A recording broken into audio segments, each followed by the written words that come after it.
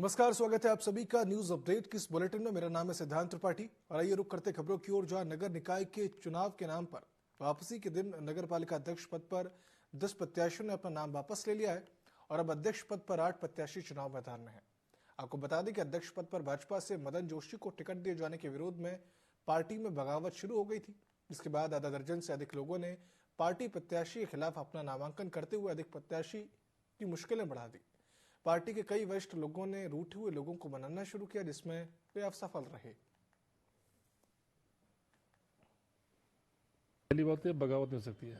बगावत नहीं कहते थे। अपने अपने रोज वक्त का आदमी, अब मन में था लड़ने का, नहीं हो पाया तो जब टिकट हो गया तो किसी को हम लड़ाएंगे उसे। जहाँ तक रोष की बात है, वो रोष तो परिवार है, इसमें राजनीतिक गुस्से चलते रहते हैं। लेकिन सब मिला के मैंने देखा कि हमने कहीं ना कहीं पर भारतीय जनता पार्टी को जिताना है। यहाँ पर पालिका लंबे टाइम से यहाँ पर एक 15 साल से गैप चल रहा था, उससे हम लोग भरने की कोशिश करेंगे मिलकर सब। अल्लाह की मेहरबानी है और इन लोगों का बड़ा एहसान है, निशांत पपने का, ताइफ खान का, और हमारे जो सर्वे सर्वा हैं, पुष्कर दुर्गा पाल, रूहे रवा हैं, हमारे ये अब्दुल कयूम ठेकेदार साहब, इन लोगों के प्रयास से ये दिन देखने को मिला है। और बहुत अच्छी तरीके से इलेक्शन लड़ाया जाएगा, सिस्टमेटिक ढंग से होगा, कोई बवाल नहीं होगा हमारे बीच में, और बहुत बढ़िया करके हम इलेक्शन लड़ा रहे हैं और हम जीतेंगे इंशाल्लाह। चारों तरफ के माहौल को देखते हुए वर्तमान परिस्थितियों में हमारे पुराने हैं और सीटिंग भी हैं और 15 सालों से भी ज़्यादा समय से आप अध्यक्ष के रूप में कार्य कर रहे हैं। और रामनगर में हाजी अकरम साहब का काम रामनगर की जनता ने और आवाम ने देखा है, और अगर इस शहर को महफूज रखना है, शांत रखना है, खुशनुमा माहौल में रखना है, तो आज वक्त का तकाजा है कि हाजी अकरम साहब को मजबूत किया जाए। दावेदार थे, कांग्रेस से सिंबल के हम दावेदार कर रहे थे और लगातार कांग्रेस में उठापटक का दौर चल रहा था, और जिस क्रम में कांग्रेस ने रामनगर की सीट को ओपन रखा, और हमारा ये पहले से डिमांड लगातार चलती आ रही थी कि कांग्रेस पार्टी किसी कार्यकर्ता या वरिष्ठ कांग्रेस जन को अपना प्रत्याशी बनाए। रामनगर के हित में, प्रदेश के हित में और अपने समाज के हित में मैंने ये फैसला किया है कि पार्टी संगठन के साथ जुड़कर पार्टी संगठन को मजबूत करना, उसके झंडे तले कार्य करना है। पार्टी के जो कैंडिडेचर घोषित हुआ था उसको लेकर थोड़ा हमारा अंतर्विरोध था। हम लगातार पार्टी संगठन से प्रत्याशी बदलने की मांग कर रहे थे, लेकिन वो चूंकि संभव नहीं हो पाया था, इसलिए हम अब पार्टी के साथ हैं। कांग्रेस का परिवार बड़ा परिवार है और यहाँ बहुत ज़्यादा हमारे विलक्षणताओं की कमी नहीं है। तमाम लोगों ने दावेदारी की, लेकिन जब दावेदारों की संख्या ज़्यादा थी तो हाईकमान का डिसीजन बहुत संतोषजनक रहा, क्योंकि सिटिंग सीट सामान्य थी और सिटिंग चेयरमैन का टिकट काटना असंभव था, क्योंकि सिटिंग कटिंग का फार्मूला कांग्रेस में चलता आ रहा है। मैंने पहले भी एक इंटरव्यू में कहा था सिटिंग कटिंग का फार्मूला है, इसलिए हाजी अकरम साहब को टिकट मिल सकता है। वही निकाय चुनाव में प्रत्याशियों के नामांकन पत्र वापसी का आज आखिरी दिन था। रुद्रपुर शहर से निर्दलीय प्रत्याशी राजकुमार ठुकराल और उनके भाई संजय ठुकराल ने नामांकन पत्र वापस लेकर रुद्रपुर शहर की राजनीति में खलबली मचा दी। दरअसल एक दिन पहले ही राजकुमार ठुकराल उत्तराखंड के मुख्यमंत्री पुष्कर सिंह धामी से मिलने देहरादून गए थे, जिसके बाद एक बार फिर से राजकुमार ठुकराल की भारतीय जनता पार्टी में वापसी की उम्मीदें तेज हो गई हैं। राजकुमार ठुकराल ने कहा कि उन्होंने अपने समर्थकों की आवाज पर और मुख्यमंत्री पुष्कर सिंह धामी के निर्देश पर अपना नामांकन वापस ले लिया है। हालांकि इस दौरान ठुकराल ने आगे के घटनाक्रम को गोपनीय रखा कि आगे रुद्रपुर की राजनीति में उनकी क्या भूमिका रहेगी। जो आदमी शर्तें रखता है वो स्वार्थी होता है। राजकुमार ठुकराल कभी स्वार्थी नहीं रहा, अभावों में रहा, अभावों में पड़ा, अभावों में पला, लेकिन आज तक किसी के आगे शर्तें नहीं रखी। राजकुमार ठुकराल ने आज तक किसी को धोखा नहीं दिया। अभी आप देखते जाइए ना, आज मैंने नामांकन पत्र वापस लिया है, लेकिन बहुत जल्दी आपको कल तक कोई ना कोई सुखद समाचार सुनने को मिल जाए। गांधी पार्क की बात की आपने, गांधी पार्क को राजकुमार ठुकराल ने बचाया, राजकीय उद्यान फार्म को राजकुमार ठुकराल ने बचाया, और जब तक जिंदा हूं इस सोने की चिड़िया को, अपने महानगर को, इस रुद्रपुर को बर्बाद नहीं होने दूंगा। और जो फैसला होगा, मेरा ईश्वर साक्षी है, परम पिता परमात्मा को साक्षी मान के कहता हूं, रुद्रपुर के हित में लूंगा। जो आदमी शर्तें रख। उत्तराखंड के देहरादून नगर निगम से भाजपा के प्रत्याशी सौरभ थपलियाल ने देहरादून की नहीं बल्कि सभी निकायों में जीत का दावा किया है। मीडिया से चर्चा के दौरान सौरभ थपलियाल ने कहा कि देहरादून नगर निगम का क्षेत्र काफी बड़ा है, इसमें 7 विधानसभा क्षेत्र है, वो सभी लोगों के बीच जा रहे हैं और सभी जगह से लोगों का भाजपा के प्रति रुझान दिख रहा है। उन्होंने आगे कहा कि देहरादून नगर निगम ही नहीं बल्कि पूरे प्रदेश के निकायों में भाजपा जीत दर्ज करेगी। निगम का क्षेत्र बहुत बड़ा क्षेत्र है। देहरादून की 7 विधानसभाएं इसके अंदर आती हैं, कुछ आंशिक तौर पे, कुछ पूर्ण रूप से। निश्चित तौर पे और जनता के बीच में जा रहे हैं। अपने वरिष्ठ जो हमारे नेतृत्व हैं, हमारे वरिष्ठ नेता हैं भारतीय जनता पार्टी के, उनके बीच में जा रहे हैं। जो प्रबुद्ध जन हैं उनके बीच में जा रहे हैं, युवा साथियों के बीच में जा रहे हैं। निश्चित तौर पे हर जगह से बहुत बढ़िया सपोर्ट भारतीय जनता पार्टी के पक्ष में एक लहर सी है और मुझे लगता है कि एक बहुत भारी मतों के साथ भारतीय जनता पार्टी अपने इस देहरादून नगर निगम में ही नहीं वरन पूरे प्रदेश में सारे निगमों में, सारी पालिकाओं में, नगर पालिकाओं, नगर पंचायतों में बहुत बड़ी जीत दर्ज करने वाली। तो रुड़की की मंगलौर नगर पालिका से कांग्रेस प्रत्याशी चौधरी इस्लाम का नामांकन पत्र खारिज होने के बाद मंगलौर विधायक काजी निजामुद्दीन ने पत्रकार वार्ता कर आरोप लगाया कि उम्मीदवार चौधरी इस्लाम के भरे दोनों पर्चों को निर्वाचन अधिकारी बड़ी साजिश के तहत निरस्त कर लोकतंत्र का गला घोटने का काम कर रहे हैं। उन्होंने कहा कि इस दिन को काले दिन के रूप में देखा जाएगा जब एक ही प्रत्याशी के तीनों पर्चे कैंसिल कर दिए गए। आगे उन्होंने कहा कि निर्वाचन अधिकारी के फोन की डिटेल निकलवानी भी जरूरी है ताकि पता चल सके कि इसके इशारे पर इस बड़ी साजिश को अंजाम दिया गया है।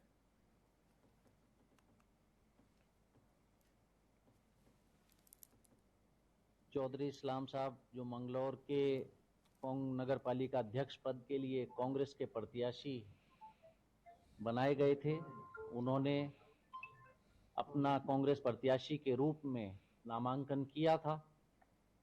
मैं आपको बता दूं कि चौधरी इस्लाम जी 2003 में मंगलौर नगर पालिका सभासद का चुनाव लड़ चुके थे और इत्तेफाक की बात यह है कि 2003 में भी इसी प्रकार की आपत्ति की गई चौधरी साहब के पर्चे पर, 2008 में की गई, 2013 में भी की गई और 2018 में भी की गई और चारों बार तथ्यों के आधार पर निर्वाचन अधिकारी ने उस आपत्ति को खारिज किया। भारतीय जनता पार्टी और भारतीय जनता पार्टी के लोग 2027 के विधानसभा चुनाव के बाद इतने दहशत में और इतने डरे हुए हैं तो उनकी लड़ने की एक क्षमता जो है वो बिल्कुल खत्म हो गई। वो चुनाव लड़ने में, लोकतंत्र में विश्वास नहीं रखते हैं, लड़ने की क्षमता बिल्कुल नहीं है। चूड़ियां मंगलौर में उन्होंने पहन ली है, अच्छा है, और इतना डर, इतना भय भाजपा के लोगों में होना चाहिए। उत्तराखंड कांग्रेस के पूर्व अध्यक्ष और चक्राता विधायक प्रीतम सिंह ने निकाय चुनावों से पहले सरकार पर निशाना साधा। उन्होंने कहा कि भाजपा ने निकायों में कांग्रेस प्रत्याशियों के नामांकन निरस्त कराए, जो कि बेहद निंदनीय है। जनता भाजपा सरकार को निकायों में सबक सिखाएगी।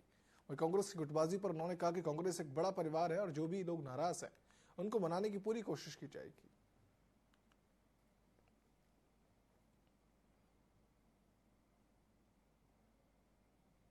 कांग्रेस एक बहुत बड़ा राजनीतिक दल है और इसमें बहुत सारे लोग जो है टिकट के लिए अप्लाई करते हैं, टिकट मांगने का काम करते हैं, लेकिन टिकट तो सबको नहीं दिया जा सकता है, सबको संतुष्ट नहीं किया जा सकता। टिकट तो एक ही को मिलना है। निकाय चुनाव भी है, उसके बाद पंचायत चुनाव भी होंगे, महत्वपूर्ण है और कांग्रेस हर चुनाव को जो है पूरी गंभीरता के साथ लेती है। हमारी ये कोशिश रहती है, ये प्रयास रहता है कि हम चुनाव को जीतने का काम करें और इस चुनाव के बाद विधानसभा का चुनाव है। विधानसभा का चुनाव हम पूरी मजबूती से लड़ेंगे, जीतेंगे और कांग्रेस का परचम 2027 में इस राज्य के अंदर फहराएगा। कांग्रेस एक बहुत बड़ा राजनीतिक। मसूरी में भाजपा के चुनाव कार्यालय का कैबिनेट मंत्री गणेश जोशी ने उद्घाटन किया। कैबिनेट मंत्री ने कहा कि इस बार मसूरी नगर पालिका की पूर्ण बहुमत की बोर्ड भाजपा बनाने जा रही। वहीं भाजपा अध्यक्ष पद की प्रत्याशी मीरा सकलानी को भारी बताए जाने पर विपक्ष के लिए कहा कि मीरा सकलानी भारी नहीं है, पर वह विपक्षियों के लिए भारी साबित होने वाली है। उन्होंने आगे कहा कि निवर्तमान अध्यक्ष अनुज गुप्ता को जवाब जनता देगी।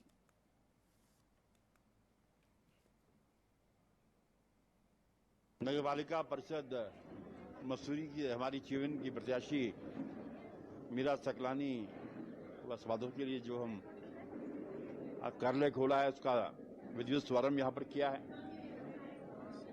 और भारी संख्या में यहाँ के जो प्रमुख कार्यकर्ता थे यहाँ पर उपस्थित थे और दृश्य जो मुझे दिखाई दे रहा है कि लोगों ने मन बना लिया है कि लोग पिछले कार्यकाल में जिस प्रकार के भ्रष्टाचार मसूरी के अंदर हुए,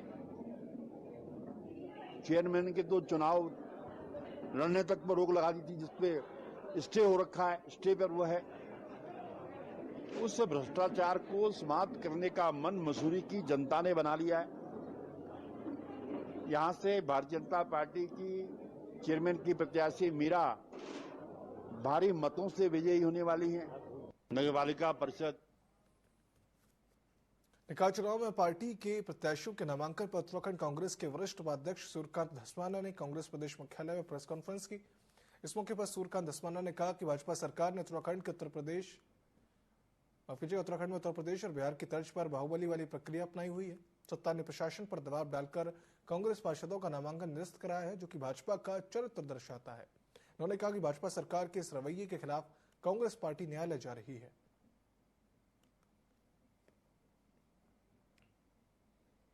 जबरदस्ती गलत रिपोर्ट बना करके आपत्तियां लगवा करके और पर्चे खारिज करवाने का काम कर रहे हैं। विधायक खुद बैठ करके जिस प्रकार से वहां पर उन्होंने जिस प्रकार की हद करी है, हम उसकी मजम्मत करते हैं।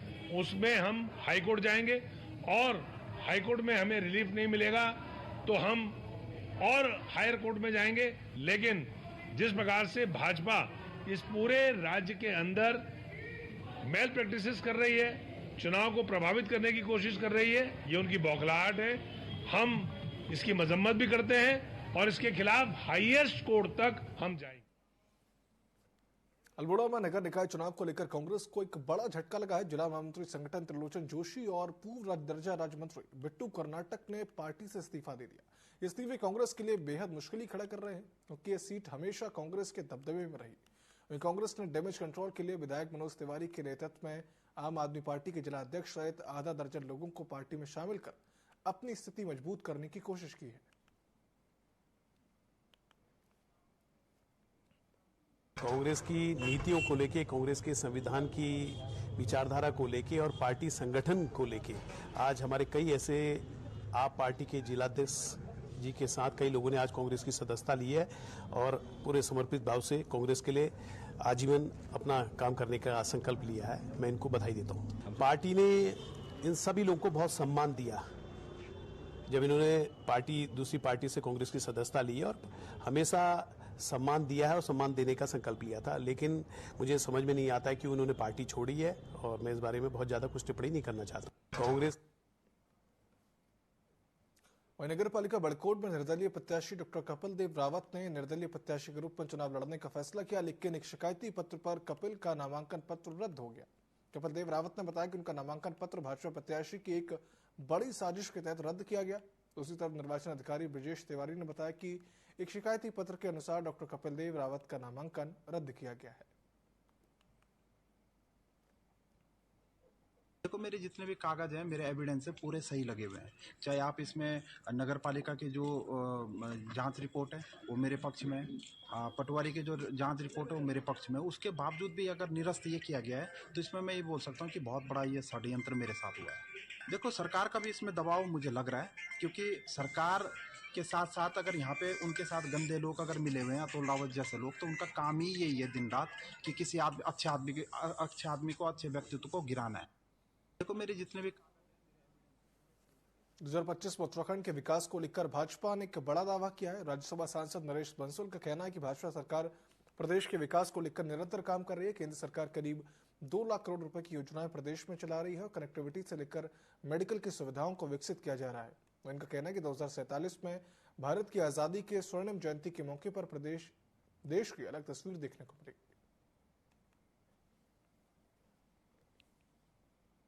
2025-2047 की ओर आगे बढ़ता हुआ कदम होगा और माननीय प्रधानमंत्री जी का संकल्प है कि हम सब मिलकर के 2047 में जब स्वतंत्रता की स्वर्ण जयंती मनाएंगे तो भारत विकसित राष्ट्र होगा। और हमारे यशस्वी मुख्यमंत्री जी का संकल्प है कि उसमें उत्तराखंड अग्रणी प्रदेश होगा। होगा तो भारत के अग्रणी राज्यों में होगा। 2025 में हम 25 वर्ष पूरे कर लेंगे। योजनाएं केंद्र से हमको मिल रही हैं, 2 लाख करोड़ से ऊपर की योजनाएं चल रही हैं। इस प्रकार से हर क्षेत्र में उत्तराखंड राज्य प्रगति करते हुए 2047 की ओर आगे बढ़ेगा, अपना योगदान देगा। जिला अस्पताल पौड़ी का संचालन अब स्वास्थ्य विभाग की ओर से किया जाएगा। विभाग ने अस्पताल के बेहतर संचालन के लिए प्रमुख चिकित्सा अधीक्षक और 10 विशेषज्ञ डॉक्टरों की तैनाती की है, लेकिन अभी किसी ने ज्वाइनिंग नहीं दी, जिसके चलते सीएमओ ने एसीएमओ को अस्पताल के पीएमएस की जिम्मेदारी सौंपकर आसपास के अस्पतालों से 9 डॉक्टरों को व्यवस्था के तौर पर तैनात किया है। हमारे ही जनपद के 9 डॉक्टर्स ने यहाँ पे ज्वाइन कर लिया है, जिनसे हम ओपीडी और इमरजेंसी की सेवाएं दे रहे हैं यहाँ पे। और फिलहाल इसमें स्पेशलिस्ट जो है हमारे पास एक ही उपलब्ध है, वो भी महिला जो जनरल सर्जन है। और बाकी यहाँ पे जो नर्सिंग स्टाफ है उसने 41 करीब नर्सिंग स्टाफ ने ज्वाइन कर लिया है, जिनको आज ही रोस्टर बना के विभिन्न जो हमारे डिपार्टमेंट में उस पोस्टिंग दे दी गई है। और कोशिश हमारी है कि इसको धीरे धीरे यहाँ की व्यवस्थाओं को पटरी पे लाया जाए। हमने तो निदेशालय से जो जिन डॉक्टर की यहाँ पे स्पेशलिस्ट डॉक्टरों की जो यहाँ पे पोस्टिंग की गई थी, उनको ये कहा गया था कि जब हैंड ओवर हो जाएगा तो उसके बाद यहाँ पे ज्वाइन करिए। तो फिलहाल तो अभी ना पीएमएस ना किसी भी स्पेशलिस्ट डॉक्टर ने ज्वाइन नहीं किया है। पिछले 4 सालों से पौड़ी का जिला अस्पताल जो है वो पीपीपी मोड पे चल रहा था। इंद्रेश द्वारा इसको चलाया जा रहा था, जो कि कल शाम को इसका अनुबंध खत्म हो गया। अब ये अस्पताल जो है ये सरकार द्वारा ही चलाया जाएगा, जिसकी व्यवस्था काफी हद तक हम लोगों ने पूर्ण कर ली है। कुछ डॉक्टर्स जो हमने अपने पेरीफेरी से यहाँ पे भेजे हैं, उन्होंने ज्वाइन कर लिया है। स्टाफ नर्सेस ने ज्वाइन कर लिया है। हमारे पास टेक्नीशियंस भी हैं और लैब के भी हैं और एक्सरे टेक्नीशियन भी है। तो धीरे धीरे व्यवस्था पटरी पे आ जाएगी, उसी में हम लोग लगे हुए हैं। और बागेश्वर जिले के कपटकोट में बुधवार देर शाम एक सड़क हादसा हो गया। यहाँ बदियाकोट से सोराग की तरफ जा रही कार गहरी खाई में गिर गई। टिक गांव के पास कार अनियंत्रित होकर खाई में जा गिरी। कार में 4 लोग सवार थे। सूचना मिलने पर पुलिस और एसडीआरएफ की टीम मौके पर पहुंची और कार से 4 शवों को निकाल लिया गया है।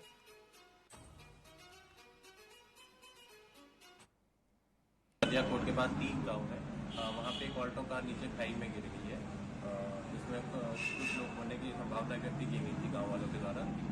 तो इसके उपरांत इस तौर पर थाना कपकोट, फायर कपकोट और जो एसडीआरएफ की टीम है वो तुरंत ही वहाँ रवाना हुई। जब तक वो टीम वहाँ पे पहुँचती तब तक गांव वाले नीचे जा चुके थे। तो उक्त कार में 4 व्यक्ति बताए जा रहे थे, जिसमें 2 महिला 2 पुरुष थे, जिनकी उम्र 30 से लेकर 34 वर्ष के बीच में है।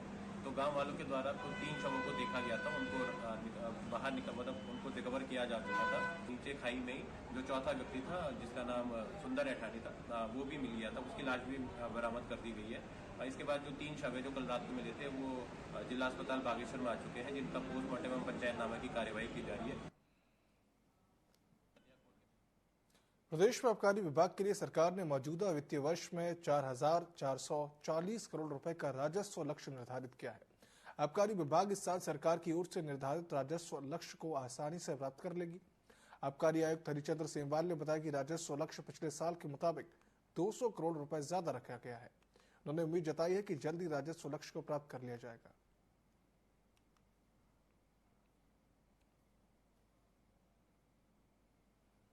आबकारी विभाग का जो राजस्व वार्षिक लक्ष्य निर्धारित किया जाता है राज्य सरकार के द्वारा, वो इस वर्ष 4,440 करोड़ का है हमारा वर्ष 2024-25 के लिए।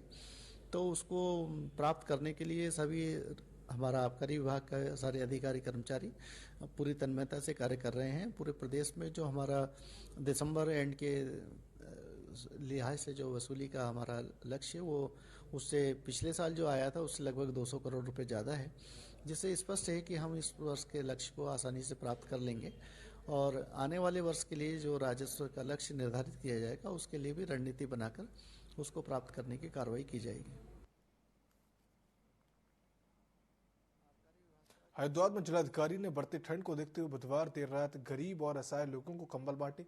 रोडवेज स्टेशन हल्की पौड़ी क्षेत्र पहुंचकर 239 व्यक्तियों को कंबल वितरित किया गया। जिलाधिकारी ने नगर निगम के अलावा व्यवस्था और रैन बसेरों का भी निरीक्षण किया। रैन बसेरों में रुके व्यक्तियों का फीडबैक भी लिया गया।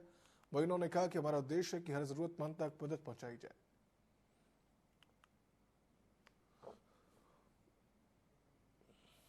तो आज 9 वर्ष के दिन पर मैं पूरे जनपद वासियों को 9 वर्ष की शुभकामनाएं देता हूँ। और चूँकि शीतलहर काफ़ी बढ़ गई है, तो जो गरीब और निराश्रित लोग हैं उनको सहयोग करने के लिए एक कंबल वितरण का कार्यक्रम आज यहाँ रखा गया है।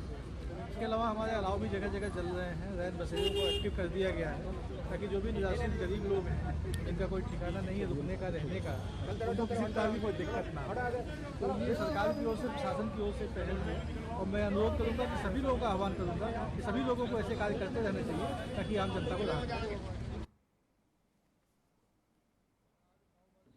लोहाघाट में बुधवार को सीमेंट लेकर आ रही वाहन नदी में गिर गई। वाहन में चालक सहित एक अन्य युवक भी सवार था। सूचना मिलने पर पुलिस, फायर ब्रिगेड और एसडीआरएफ की टीम मौके पर पहुंची और फंसे लोगों को निकालने के लिए रेस्क्यू अभियान चलाया गया। रेस्क्यू टीम ने 3 घंटे की कड़ी मशक्कत के बाद फंसे युवक को सुरक्षित बाहर निकाला और इलाज के लिए अस्पताल में भर्ती कराया गया, लेकिन अभी भी लापता वाहन चालक की तलाश की जा रही है।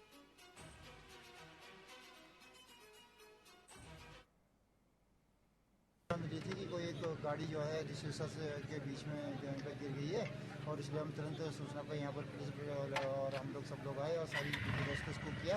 एक व्यक्ति को हमने निकाल लिया है और उसको 108 के जरिए चंपावत इलाज के लिए भेज दिया गया है। हाँ, मेरी पूरी टीम पहुँच चुकी है। लोहाघाट से लेकर चंपावत में खुद यहाँ पर खड़ा हूँ। हमारे 2 108 एक 108 पीछे बैकअप में खड़ी हुई है और एक पेशेंट को यहाँ से रिव्यू कर दिया, वो DH में भेज दिया गया है। अभी और कोशिश कर रहे हैं, पता नहीं चल रहा नीचे कितने लोग गिरे हुए हैं। पूरे हमारी टीम तैयार है बिल्कुल। हमने देखा, मैंने खुद देखा, कुछ ठीक है, इसको रेफर किया गया है।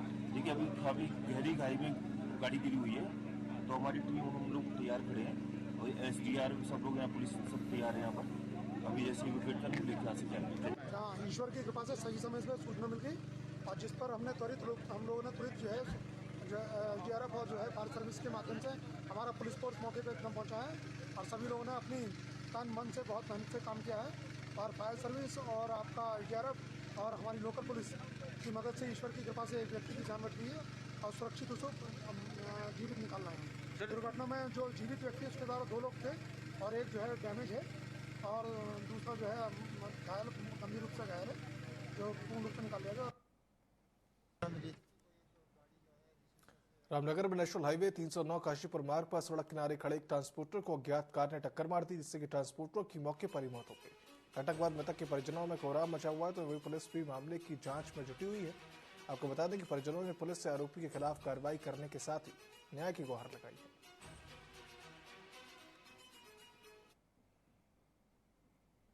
ये जो जिसका एक्सीडेंट हुआ, ये हमारा नाती है, इसका नाम अफगन है।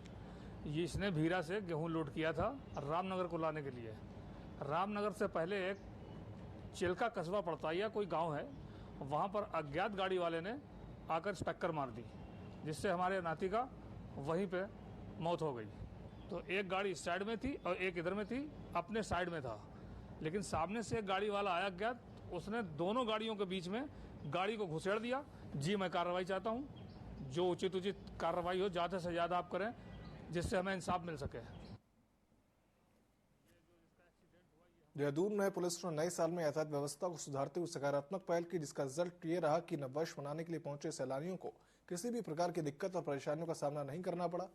पुलिस प्रशासन ने यातायात व्यवस्था को व्यवस्थित करने के लिए पहले से रणनीति बनाई थी और वह रणनीति पूरी तरह से कामयाब भी हुई।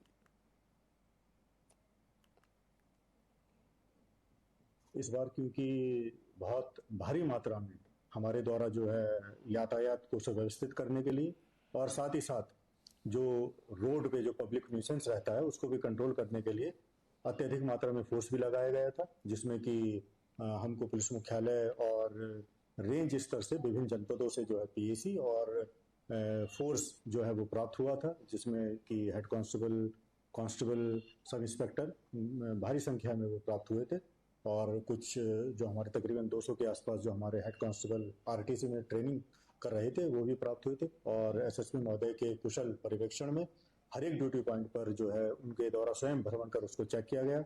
इसी का नतीजा था कि कल का जो नववर्ष का पर्व था वो सकुशल और निर्विघ्न एक तरीके से संपन्न हुआ और किसी भी हमारे पूरे जनपद में किसी भी थाना क्षेत्र में किसी भी प्रकार की जाम की समस्या नहीं हुई है। उत्तराखंड परिवहन निगम की जर्जर बसों को पहाड़ नहीं चढ़ाया जाएगा। जो बसें अपनी आयु पूरी कर चुकी है उन्हें नीलाम किया जाएगा। साथ ही पहाड़ों पर सवारियों की संख्या को देखते हुए छोटी और बड़ी दोनों तरह की बसों को चलाया जाएगा। वहीं परिवहन निगम की प्रबंधक निदेशक रीना जोशी ने बताया कि पहाड़ों पर नई गाड़ियों के संचालन के लिए शासन ने फंड उपलब्ध करा दिया है। इससे जल्द ही 100 नई गाड़ियां खरीदी जाएंगी। हालांकि बीते 6 महीने में 160 नई बसें खरीदी जा चुकी हैं। आपको बता दें कि दिल्ली मार्ग पर आ रही परेशानियों को दूर करने के लिए परिवहन निगम बसों की व्यवस्था कर रहा है। कुछ दिनों पहले ही यहाँ पर एमडी परिवहन निगम का पदभार ग्रहण किया है, तो अभी हम लोग यहाँ पे असेसमेंट कर रहे हैं कि क्या निगम में क्या क्या परेशानियों का सामना करना पड़ रहा है, किस तरह से इसका सुधार किया जाए और कैसे ही इसको प्रॉफिटेबल संस्था बनाई जाए। इसके लिए जो हम लोगों ने अभी तक जो असेसमेंट किया है उसमें देखा है कि कुछ गाड़ियाँ हैं वो जर्जर अवस्था में हैं, तो उसका हम लोग असेसमेंट कर रहे हैं। हम लोग का प्रयास यही रहेगा कि पहाड़ों पे कोई भी जर्जर गाड़ियां ना चले और साथ ही साथ शासन ने भी हमें अनुमति दी है और फंड भी प्रोवाइड किया है जिसमें हम लोग कुछ नई गाड़ियां खरीदेंगे। रुड़की में पुलिस प्रशासन ने नशे के खिलाफ जन जागरूकता रैली का आयोजन किया। जन जागरूकता बाइक रैली को एसएसपी ने हरी झंडी दिखाकर रवाना किया। एसएसपी ने पुलिस कर्मियों को शपथ दिलाई और प्रदेश को नशा मुक्त करने के लिए जनता से अपील भी की। उन्होंने कहा कि जो युवा नशे की लत में डूब चुके हैं उनको इससे बाहर निकालने की कोशिश लगातार की जा रही है और नशे के खिलाफ लगातार अभियान भी चलाया जा रहा है।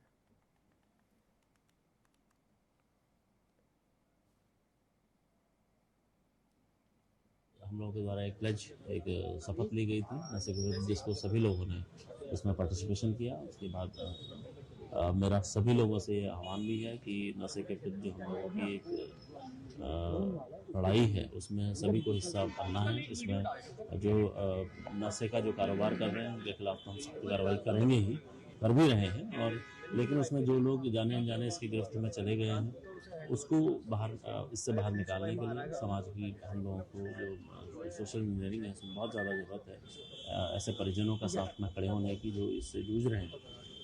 तो मैं आप सभी लोगों से इनसे आह्वान भी मैंने किया कि आप सभी लोग एक साथ मिलकर इस कार्यक्रम को आगे बढ़ाएं। न्यूज अपडेट किस बुलेटिन में फिलहाल इतना ही। आप देखते रहिए TV24। शुभ रात्रि।